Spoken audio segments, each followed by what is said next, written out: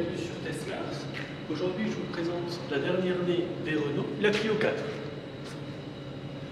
Au premier coup d'œil, on remarque qu'elle gagne en sportivité avec des lignes nettement plus marquées. Un grand sigle Renault dans la face avant qui surmonte le nom du modèle. Des feux à LED diurnes qui permettent de la reconnaître, de l'identifier. C'est en quelque sorte une véritable signature Renault visible de loin. Un bloc optique travaillé,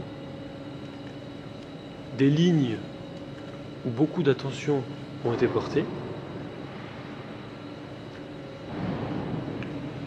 des poignées de portière arrière intégrées dans cette dernière, ainsi qu'une minuscule partie vitrée qui vient jusqu'à la verticale, des jantes 16 pouces. L'arrière de cette Clio 4 est grippé sans pour autant être massif, ce qui accentue son caractère, son look sportif. Le moteur, équipé du stop and start déconnectable, est ici un DCI 90 qui consomme à peu près 6 litres au 100.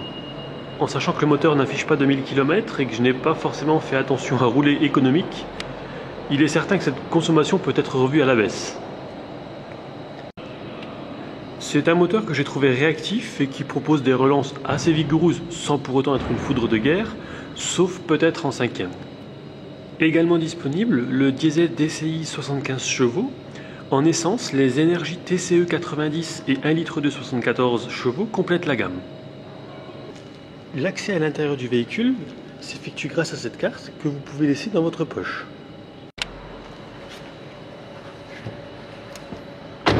Après de nombreux kilomètres parcourus, aucun signe de fatigue ou de douleur dans le dos. L'instrumentation comme les commandes sont simples, excepté peut-être celle du limiteur régulateur de vitesse, qui se trouve en fait entre le pommeau de vitesse et le frein à main. Mais en pratique, il est très facile d'y accéder.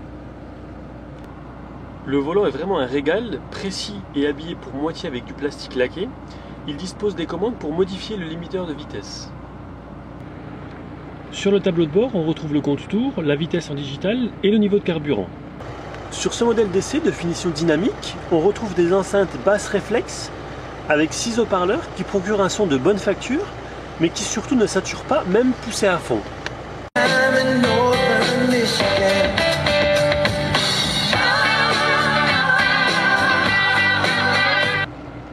Un GPS 7 pouces tactile regroupant notamment les commandes radio et Bluetooth, appelées MediaNav, ainsi qu'une prise USB et auxiliaire.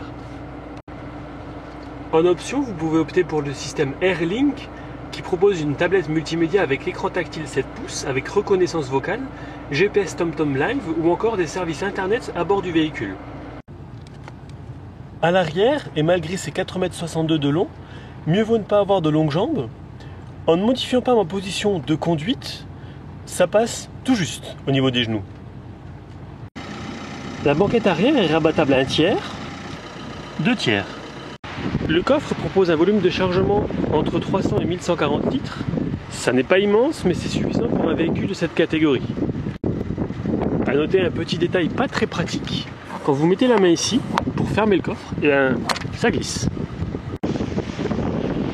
Signalons ces 5 étoiles, soit la plus haute note obtenue par cette Clio 4 au crash test Euro NCAP.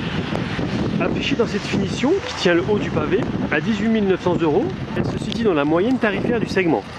C'est assez rare pour être souligné, mais j'ai vraiment eu un coup de cœur pour cette Clio 4 qui offre un look résolument moderne, un très bon comportement routier en ville comme sur autoroute et qui consomme peu.